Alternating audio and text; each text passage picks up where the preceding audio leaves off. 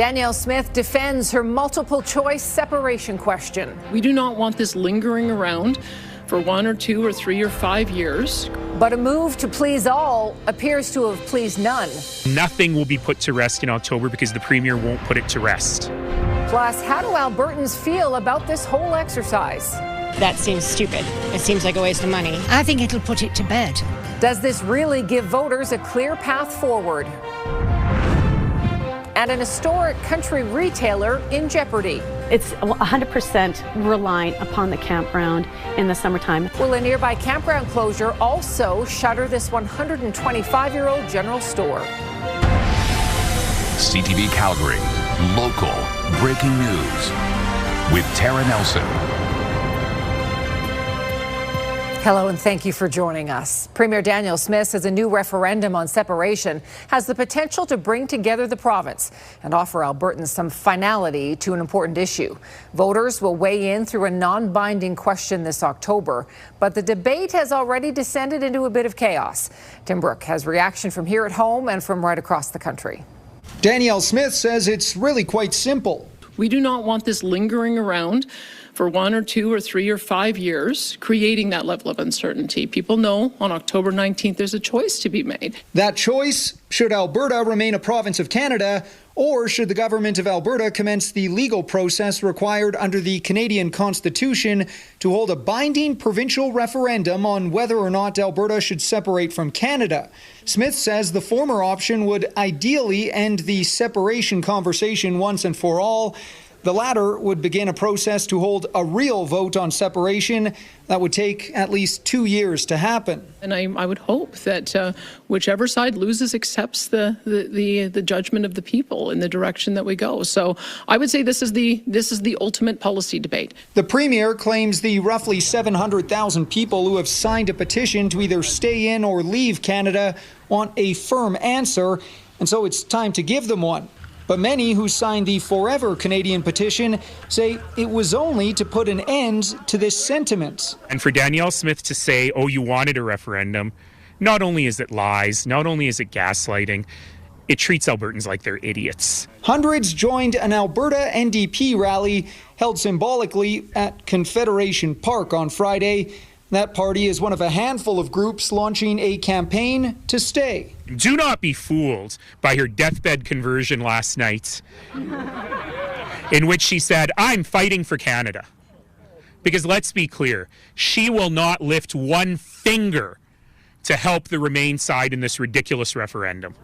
She's put it on us. Across the country, it's conversation topic number one. We're working in a spirit of cooperative federalism to make the country better. We're renovating the country as we go, and Alberta being at the center of that is essential. Ontario's Premier says he would never ask a question about separation. She wants to, protect her 30% base.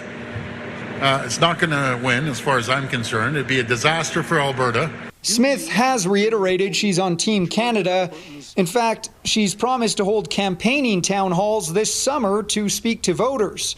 Some believe if that would have happened earlier, this all could have been avoided. I think it's a rather clumsy attempt to try and get around the decision of the judge. If the answer is yes to the second question, clearly Indigenous rights are at risk or they're being breached. And Tim joins us now. So Tim, this will not only be a lengthy process, it's going to be costly too.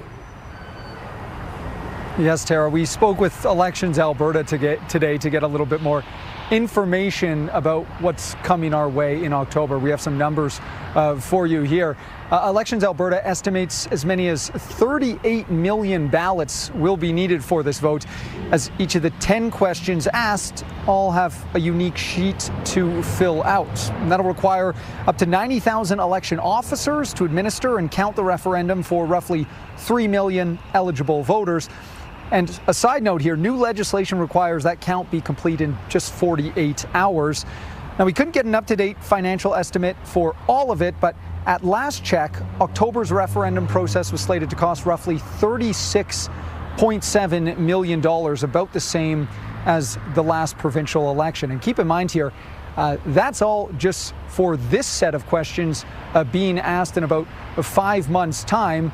Also, keep in mind that in 2027, October 2027, we'll be having another provincial election. And then if this separation question is successful, well, it's entirely possible we have a binding referendum on separation asked in October 2028. So, Tara, a lot of voting could be on the horizon for Albertans. Okay, Tim, thank you. Now, reaction to the separation referendum announcement has been swift. Alicia Fieldberg joins us from Southwest Calgary tonight.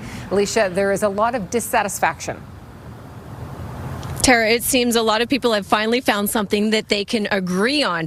Nobody seems happy with the way that Danielle Smith's UCP government is handling the separation issue, including the possibility of a referendum that could lead to another referendum, continuing uncertainty and escalating costs for years. Alberta's premier says there will be a public vote on separation because 700,000 Albertans signed petitions on the issue. But leaders in each movement don't like Danielle Smith's double-edged sword approach. You can only dance with two partners for so long. She's angered people on both sides of the issue equally. Around 400,000 people signed the petition to stay in Canada, which was filed asking for the provincial government to decide the issue. Leadership is about making difficult decisions for the good of the country, even when they are from time to time not popular with your own political base. Around 300,000 unverified signatures are on the petition calling for a referendum on Alberta independence. A Court of King's Bench judge ruled against it, saying separation violates treaty rights.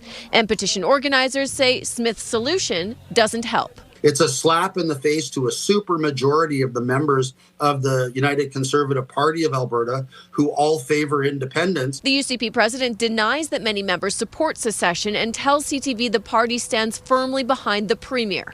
But Treaty 6 and 8 First Nations are condemning the UCP government's plan to move ahead with a separation referendum question this fall. I don't know why she thinks she's above the law, right? Danielle Smith and the UCP continue to demonstrate why First Nations and many Albertans have lost trust and confidence in the government. Calgary's mayor is against separation and worries about the economic impacts of the province's plans, which could fuel uncertainty for years. Even having this conversation has been incredibly damaging to the prospects of investing here in Calgary and Alberta. This is a BS version of a question to ask.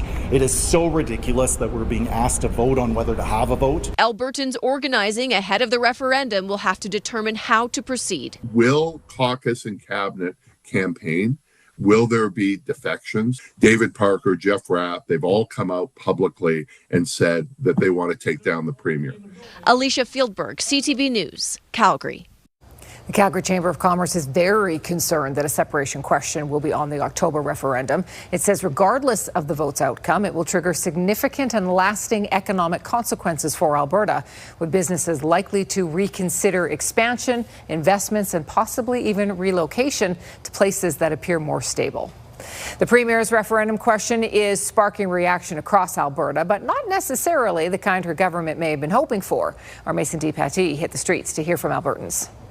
To separate or not to separate? It's a divisive question for many Albertans, and one some feel won't be answered despite a referendum come October. That seems stupid. It seems like a waste of money, really. Like, we've already said, yes, we want a referendum, so why do we need to have a referendum to have a referendum? In High River, Premier Danielle Smith's hometown, many want the chance to vote on Alberta leaving Canada. Yeah, I mean, why not? People have to express their right to vote, right? But not all feel the question the Premier's putting forward, which suggests either staying in Canada or voting to hold a future binding referendum, hits the mark. If there was enough signatures, we should just be able to just sign one yes or no. In Calgary, separation sentiment was much lower among those who stopped to talk, but many shared similar feelings about the question's wording. It's a waste of time. If you want to pose the question to Albertans, make the question clear, concise. Do you want to separate or not? Yes or no? That's the answer. Policy Studies professor Laurie Williams says the strong reaction shows a division happening all over Alberta right now, no matter if people live in urban or rural regions. She notes the path forward could be a long one. Albertans are now waiting for the outcome of court appeals over the failed separatist petition. There's also the potential for a binding referendum, but also the outcome of next year's provincial election. And there's always the possibility of yet another citizen petition. I think much depends on other things besides just the answer to this question. And much depends, of course, on how much momentum some of these leaders that are calling for Danielle Smith's leadership to be questioned. So while the question itself is raising controversy, so too is if it'll put the issue to rest. I think it'll put it to bed. I think it'll spark the debate further. I should be a clear answer. Mason DePetti, CTV News, Calgary. RCMP continued to investigate the data leak involving nearly 3 million Alberta voters. There is no timeline for when it will be complete. A separatist group, Centurion Project, is accused of creating a database with illegally obtained voter information. Elections Alberta says the list was legally given to the Republican Party of Alberta. It is not clear yet how the information ended up with the Centurion Project. The list contains the names, addresses, and phone numbers of about 2.9 million voters. Elections Alberta continues its investigation and is encouraging Albertans to reach out if they have any new information about how the list was being shared. You're watching CTV News, Calgary. The owners of the Bottrell General Store have also operated the campground next to it for more than 100 years. Bottrell is less than an hour's drive northwest of Calgary. The campground sits on Rocky View County land, which now isn't allowing overnight camping. The new store owner says without revenue from summer campers, she might be forced to close. Here's Kevin Fleming. Entering the Bottrell General Store is like taking a step back in time. It's filled with historic items on its shelves that now have everything from food to work gloves.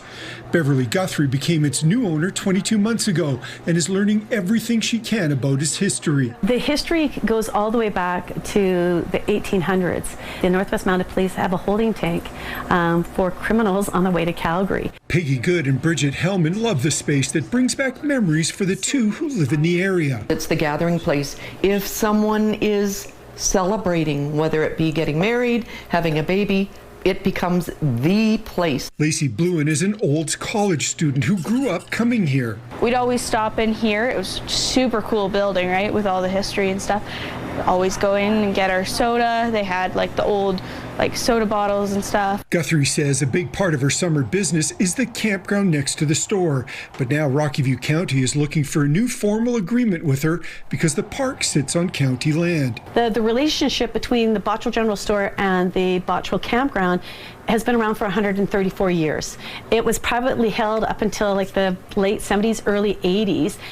And the Bottrell General Store owners have always used that space. Rocky View County says under the Municipal Government Act, any third-party operation on or use of such lands must be authorized by the county through an appropriate agreement.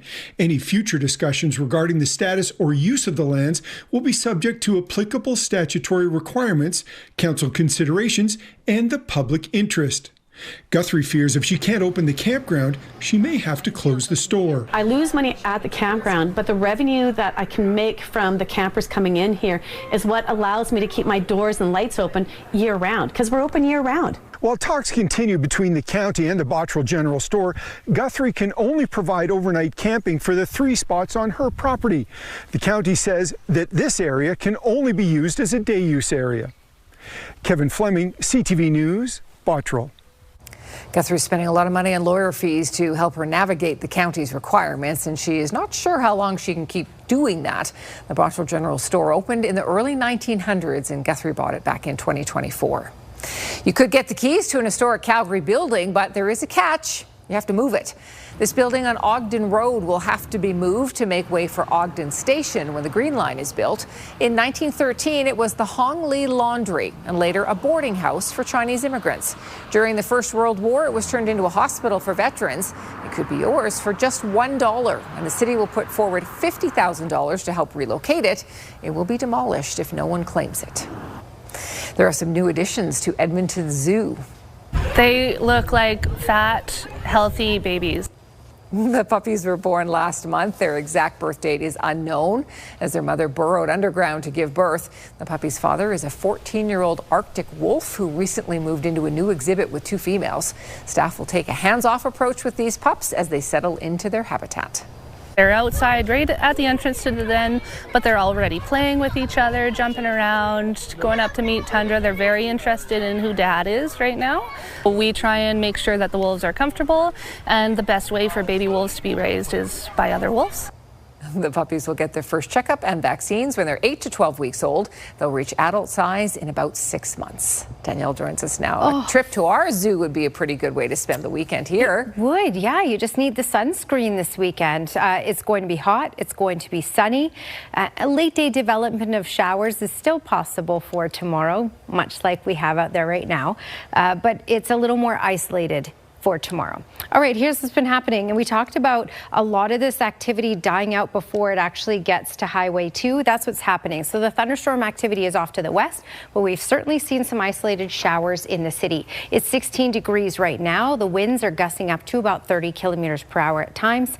And when you look at tomorrow, we're kicking off the day with sunshine once again, 9 degrees at 8 a.m., but a high of 24, so much warmer for tomorrow. Small chance of a late day shower, Tara. Thank you, Danielle.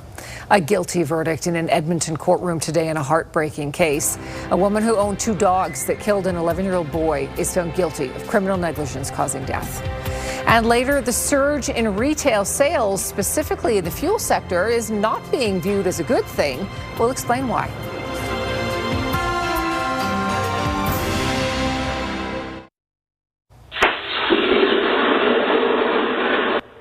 Terrifying video shows a child's bed burst into flames on Vancouver Island. The cause? A lithium-ion battery for a remote control car that was being recharged. The Dashwood Volunteer Fire Department is sharing the video as a warning to charge devices on a hard surface and never leave them unattended. A woman who owned 2 dogs that killed an 11-year-old boy in South Edmonton has been found guilty of criminal negligence causing death. The trial for 46-year-old Crystal McDonald wrapped up today. CTV's Nicole Weisberg has the details and reaction. I really appreciated that the people who were the victims of the prior attacks came to court and testified and shared their stories. Stories that played a significant factor in the judge's decision. Dog owner Crystal McDonald should be held responsible for the death of 11-year-old Cash Grist. Cash was killed during a visit to his father's home in 2024. His dad was in the garage working on the accused's truck at the time and came in to a bloody scene. The judge called Wesley Grist a very credible and forthright witness and said he believed Grist when he said McDonald didn't put the 2 dogs in their kennels when she left for work that day. The court heard from several people terrorized by the dogs prior to the attack on Cash. The 2 cane corsos killed 2 pets, a cat and a dog, and bit 3 people, including McDonald. One of those attacks was caught on a neighbor's backyard camera. The seriously injured woman messaged McDonald afterwards saying she was convinced the dogs were going to kill someone.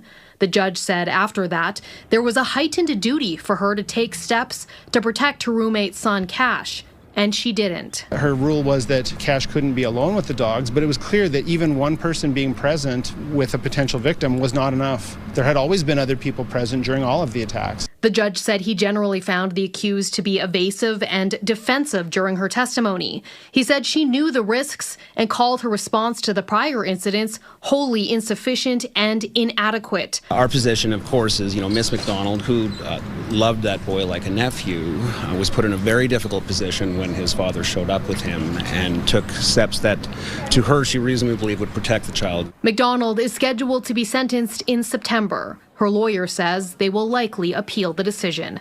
Nicole Weisberg, CTV News, Edmonton. Calgary police say they have arrested a man who was wanted for extortion-related crimes. Police say Gagandeep Singh is now in custody. However, they have not revealed where or how he was arrested. They say he was part of a group of individuals who kidnapped a man from Edmonton on May 6th for the purpose of extorting a family in Calgary. Singh was wanted for kidnapping with a firearm, pointing a firearm, unlawful confinement, assault with a weapon, and assault. Calgary police have released a photo of a man wanted in a bank fraud scheme.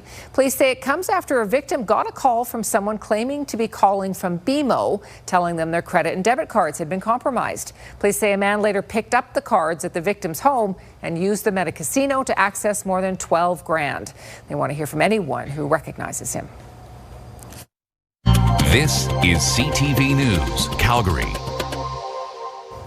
right, let's bring Danielle back in as we look ahead to our weekend forecast. Yeah, it's looking really nice for our weekend. A couple things, though, that we do need to talk about and want to make sure you're aware of, because we ran into a couple showers today, and there's still the potential late day tomorrow as well. So let's first start here. Temperatures at this point, ooh, pretty good. We've improved. So we did get to a high of 18 degrees in the city today, but since these little cells of showers pushed through, we did drop in temperature. We may even go up a little bit as these cells make their way out before we start to really decline for the day.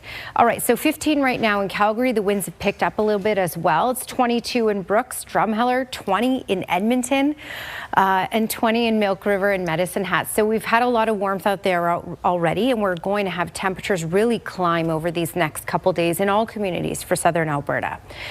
All right, so looking at wind gusts, we really didn't have anything for much of the day, but over this past hour, we did get up to 37 kilometer per hour gusts in Calgary. And that's as these little cells of showers push through, that kicked up the winds a little bit. 41 was the max in Pincher Creek, 31 in Lethbridge. So basically a relatively calm day with regards to the wind, especially in Calgary. It was calm for the entire day, other than about an hour ago as this made its way in. So we talked about the activity today being mainly to the west of Highway 2. Tomorrow, we're looking at the activity being mainly to the east of Highway 2, and I'm going to show you that in the Futurecast in just a second. We also talked about this thunderstorm activity dying out before it got to Highway 2, and that's pretty much what's happening. We did get some showers in Calgary. You can see this starting to die out as it heads over, but Red Deer is getting a weak thunderstorm at this point. Calgary, we are getting some isolated showers, but you can see what was worse to the west of us. And then we also talked about some thunderstorm activity potentially making it into the Cardston area. You can see that to the south as well. Again, weak thunderstorm activity. This is pretty short-lived. It's almost done. We have the potential for isolated showers all along Highway 2 and certainly off to the west, basically for the next couple of hours, and then it's all quiet by 10. Tomorrow, a similar day. Lots of sunshine in the morning, clouds increasing later in the afternoon, and there's that development east, mainly east of Highway 2. It will get up the QE2, and there's a small chance we could see that in Calgary. This will be more sporadic, more isolated for tomorrow because it's a little more stable tomorrow. 24 is our high for tomorrow, 22 and mainly sunny for Sunday, 25 for Monday. That's your act. Living Spirit School celebrated its official opening today with a blessing ceremony. Students were welcomed into the school in February. Friday's ceremony was meant to bless the new facility and its community. It also recognizes the contributions of all those who made it a reality. The school teaches children in kindergarten to grade 9. Graduating students are soaking up parts of the new facility while they can.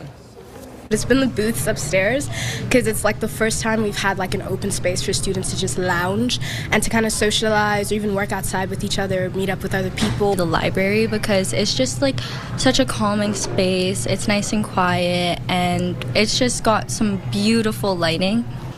Prior to moving in, the more than 400 students were split between two schools, K to grade 6 at one and junior high students at another. Doctors urge caution, not fear, as Canada rolls out Ebola screening. Passengers arriving at major ports of entry in Canada will now be asked about their travel history.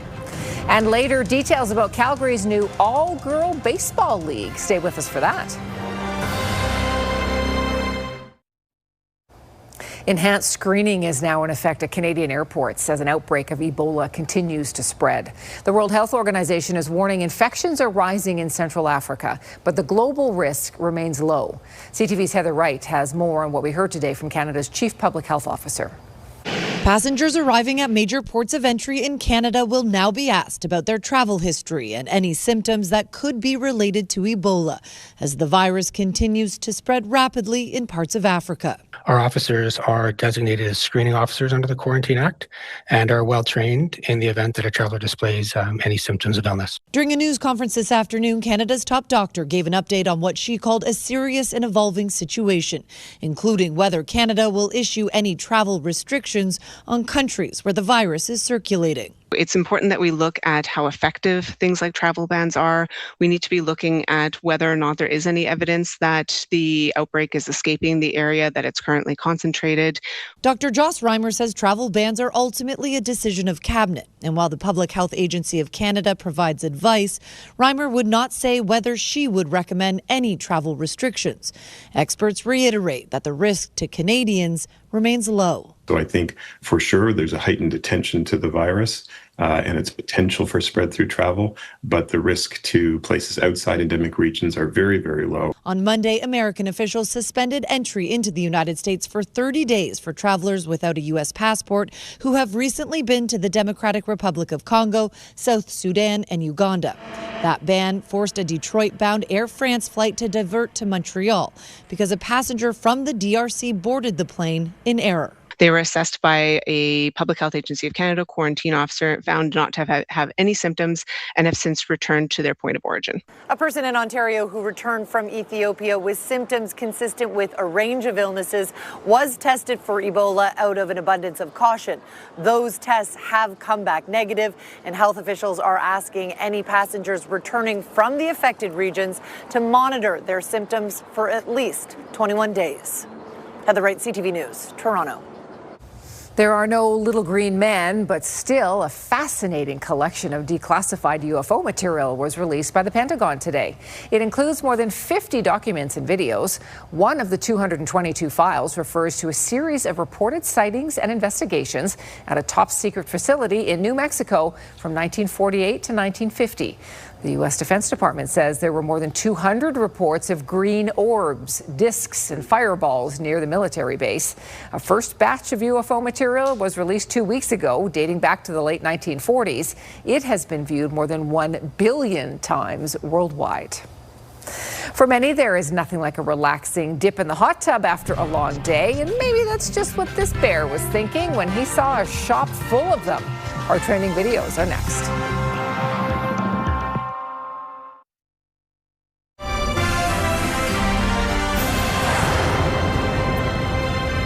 A small group of kids got a head start on Lemonade Day. The kids were treated to lemonade testing and brand building at the Lemon Lab. Lemonade Day runs July 18th for kids 5 to 13. Participants will set up stands throughout the city making their own lemonade while also marketing it. The day is meant to help teach kids entrepreneurial skills. On average, each stand donated $67 to charity last year. And this year, organizers are hoping 1,500 kids will participate throughout the city. Well, we hope that they come out of it with confidence and excitement about what they can contribute to society in future. Those looking to participate can register at lemonadedaycalgary.com. That's a great idea. All right, we have a theme on trending tonight. It is animals in places they shouldn't be. Okay. Hey, get out of here, you guys. You guys get ready to get back. Well, this unwelcome visit was captured on camera. A bear briefly testing out a hot tub there before he was shooed away. Staff say the shop's doors are usually left open in the summer, and the bear obviously must have seen that as an invitation to come in. Sure. Yeah, the Mounties say the bear was last seen in an orchard, out of harm's way, not posing any danger to the public, probably gorging himself on apples. This was Kelowna, of course. He was just trying to relax. Yes. Right? Who doesn't want to test out a hot tub? Who doesn't want a bath? Right? Exactly. Homeowners in Trois-Rivières, Quebec welcomed an unexpected visitor too. This is a bit of a close encounter with nature. Wow. This wild burglar broke in, much to the surprise of those in the house. He came right through the window. Whoa, you can see how big he is compared to the furniture. Yeah, he's massive. He did eventually just leave on his own accord, but not before breaking a few more things around the house. I'm sure he did. That's big. He's Bull in big. a china shop type thing. Yeah. Can you imagine, though, you just walk out with your coffee, turn the corner, Exactly. and You're like, this is not good. That would be scary. I know. Well, finally, here's a flock that needed some assistance from first responders, too. Oh, my gosh. That's a bucket of ducklings, you guys. They slipped into a sewer while they were out on a walk. The man who called firefighters to assist in the rescue noticed that the mama duck was running around quacking near that culvert, basically asking people for help. So they had a few minutes in the bucket there, and then they were reunited with their mama and on their way. Pretty smart, eh? Pretty smart. And look how excited they are when they see their mama. And Mama's excited too. Yes, that is very cute. Yes. That's sweet. You might have to look a little harder to find a Slurpee this summer. 7-Eleven is closing some stores, including some here in Calgary. Those details when we return.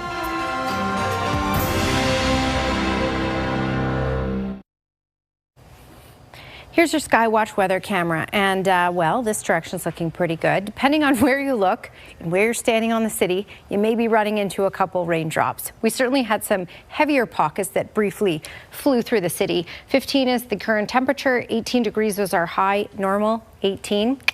Goldilocks weather, as they call it, just where we should be, just right. Okay, here's a look at temperatures across the board today. 22 is the high in Victoria, 20 in Vancouver, also 20 in Saskatoon, 21 in Edmonton, 22 in Winnipeg, and 20s in through Ottawa and Montreal. Why am I talking 20s? Well, we're going to get there for this weekend, so it's next, moving to us. This is what we've been dealing with. Again, we talked about all that active weather for the most part is off to the west of QE2, but some showers have made their way all the way to Highway 2, as you can see right here. This will be the opposite story for tomorrow. Tomorrow, we're looking at the development east of Highway 2. All right, your 24-hour forecast is brought to you by Action Furnace Fixed Rider. It's free. We have the chance of a couple more raindrops right up until about 10 o'clock in the city, and then things fizzle out completely. Tomorrow, 9 degrees to kick off the day at 8 a.m., 24 as our high. Clouds increasing later in the day, and small chance of running into a couple raindrops after 3 p.m. All right, Kamloops 27 for tomorrow. Kelowna also 27. Golden looking at a high of 22 with some cloud cover at times. Rocky Mountain House, Grand Prairie, Slave Lake looking at a good chance of rainfall for tomorrow. 25 and dry for Edmonton. Small chance of showers for Jasper as well and a high of 19. Drumheller 26 tomorrow. Lethbridge 24. Medicine Hat 26. A good amount of sunshine for much of the day. Clouding over in the afternoon. Tara? Thanks, Danielle. Albertans will go to the polls this fall to vote on whether they want to stay in Canada or start the process of separating. Today, Premier Danielle Smith defended her decision to add the question to the October referendum. She says it is necessary to give Albertans a clear path forward. There are a lot of people from a lot of different camps lining up to criticize Smith's referendum question. Some are now mobilizing to convince Albertans to vote to stay in Canada. And it has been a fixture in Bottrell, northwest of Calgary, for more than a century. But the future of the general store is now in jeopardy. The nearby campground is changing to day use only, meaning fewer customers. Convenience chain 7-Eleven expects to close hundreds of its locations this year, including some here in Calgary. 7-Eleven's North American operator plans to close more than 600 stores, 3 times as many as first thought. The Japan-based parent company says the closures include conversion of some stores to wholesale fuel stores. The company has closed hundreds of underperforming locations over the years. Meanwhile, more Tim Horton locations are coming to Canada. The coffee chain is opening 80 new restaurants and is renovating 400 locations. This follows the decision by American coffee giant Dunkin' Donuts to re-enter the Canadian market. Tim Horton says 280 restaurant owners are spending $270 million in the revamp. The corporation is pitching in $130 million. Alberta will get 17 new Tims. Gas prices are down across most of the country as we head into the weekend. In Calgary, some stations are selling for under $1.70. Experts say it's an unexpected change because there's been a reduction in stored gas in North America. And the longer we see falling prices that make no fundamental economic sense, the more serious the spike in prices will be. Drivers are being warned it's shaping up to be a very expensive summer for fuel. New Canada-wide retail numbers show an increase in March, driven by gas stations and fuel vendors. CTV's Kamal Karamali has more on what it means for the Canadian economy.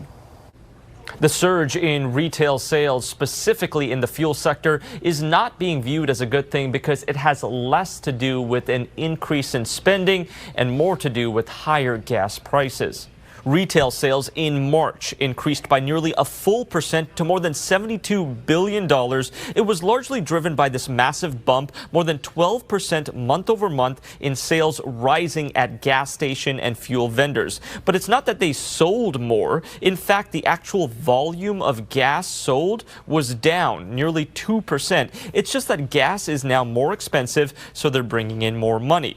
To add to that, core retail sales were down slightly. Those are sectors outside of fuel, like food, personal care, and clothing. All of that was down 0.1%. The problem for when we look more under the hood for retail sales is that the longer oil prices remain high, the longer those gasoline prices remain high, the more it continues to squeeze households and reducing their purchasing power. And that will start to be a big headwind on spending going forward. So when people are spending more money on gas, they spend less money on other goods.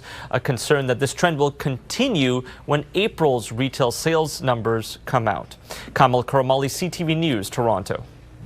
Kevin Warsh has been sworn in as the new chair of the U.S. Federal Reserve. Warsh says he'll lead a reform-oriented Fed, adding that goals will be pursued with resolve. U.S. President Donald Trump says America's future is unlimited with Warsh at the helm and highlighted that he wants Warsh to be completely independent. Some of the changes Warsh has promised for the central bank include shrinking its balance sheet and establishing a new framework for analyzing inflation.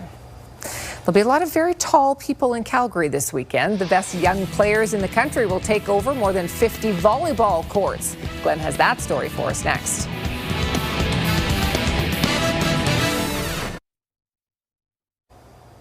About 20,000 people are expected to hit the streets this weekend for the Calgary Marathon. Organizers say registration is up 15%, surpassing last year's record of 17,300 participants. The 5K and the 10K run go Saturday. Sunday is the half and the full marathons. There will be road closures along the routes. The marathon weekend is also expected to raise nearly $1 million for local charities. The Calgary Stampeders don't wrap up the preseason until May 29th when they are in Edmonton. Glenn is back with us, and Glenn, I imagine we're going to see a lot more from the veterans. Well, Tara, the Stamps will want to get their veterans ready for the regular season, so expect them to play more, but the Stamps still want to see some of the newcomers who are fighting for jobs. Linebacker R.J. Moten is one of them. Calgary Stampeders linebacker R.J. Moten was born to play football, and this picture of him as a kid kind of says it all. Once I was born, my parents have a picture of football right next to me. As soon as I'm out, as soon as I was able to touch my mom, there's a football right in my hand. Moten is following in his father Ron's footsteps when it comes to football. They both played at the University of Florida. Ron was drafted by the Philadelphia Eagles, but injuries derailed his career. RJ was undrafted, but was invited to the New England Patriots training camp last year and saw action in 3 preseason games. Moten says he's learned a lot from his dad. And just being able to, learn from him. I got him tatted on me, continue the legacy. He's been with me every step of the way, able to coach me until I got to high school. And, even in college, even in the pros now, I still go back to him for, any type of advice. Moten had 4 tackles against the Saskatchewan Roughriders on Monday. And head coach Dave Dickinson has been impressed with what he's seen so far from the 24-year-old. What I like about him is his attitude. He just...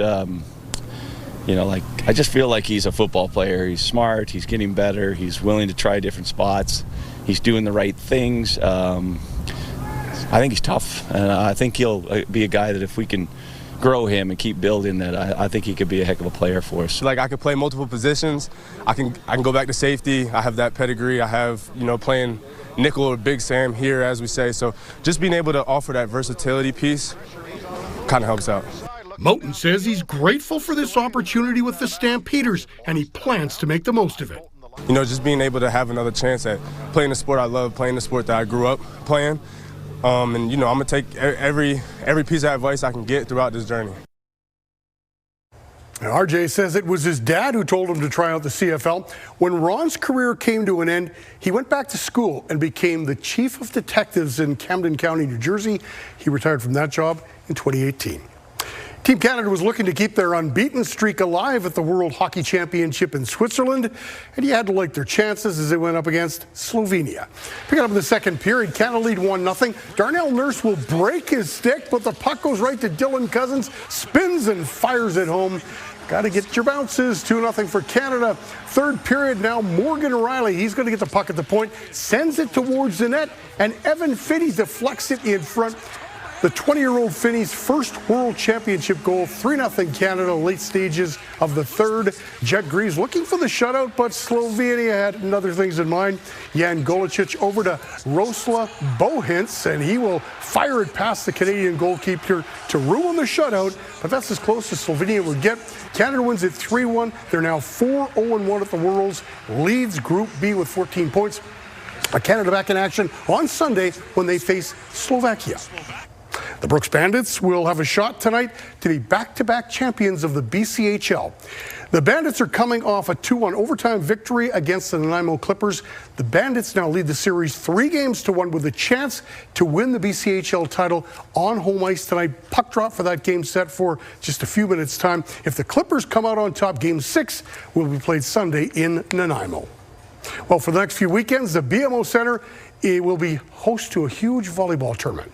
Volleyball Canada's 2026 Youth National Championships will take place at the BMO Centre. 22,000 athletes from across the country are competing in divisions from U14 to U18. In all, there will be nearly 1,500 teams and 56 volleyball courts inside the BMO. It made perfect sense for Volleyball Canada to come back to Calgary for this championship.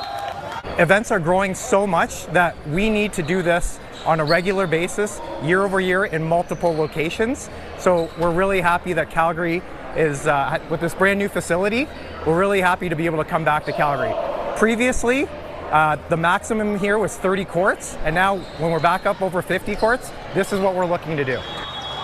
This is one of the largest sporting events in Canada. The estimated impact for Calgary will be $68 million.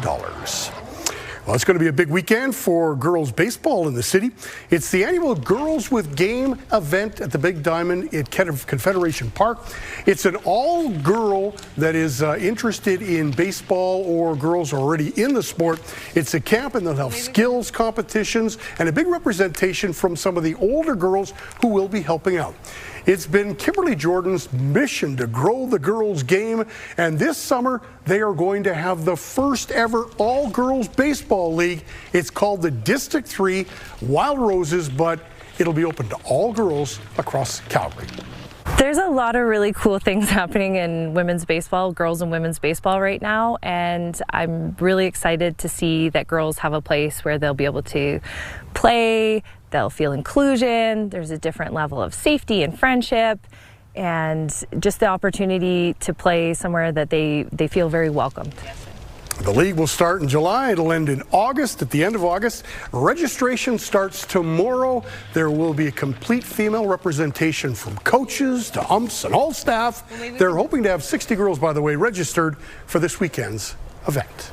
That is awesome. Isn't that great? Is so cool. Fantastic, yeah. Exciting. I played ball till university. It's so much fun. Yeah, absolutely. So do it. Could be a great outdoor weekend. Yeah, for anything, for ball, for volleyball, for golfing. Yeah. Gardening. This is your Action Furnace 5-day forecast. 24 degrees is our high for tomorrow, so slap on that sunscreen. You're going to need it. 22 for Sunday.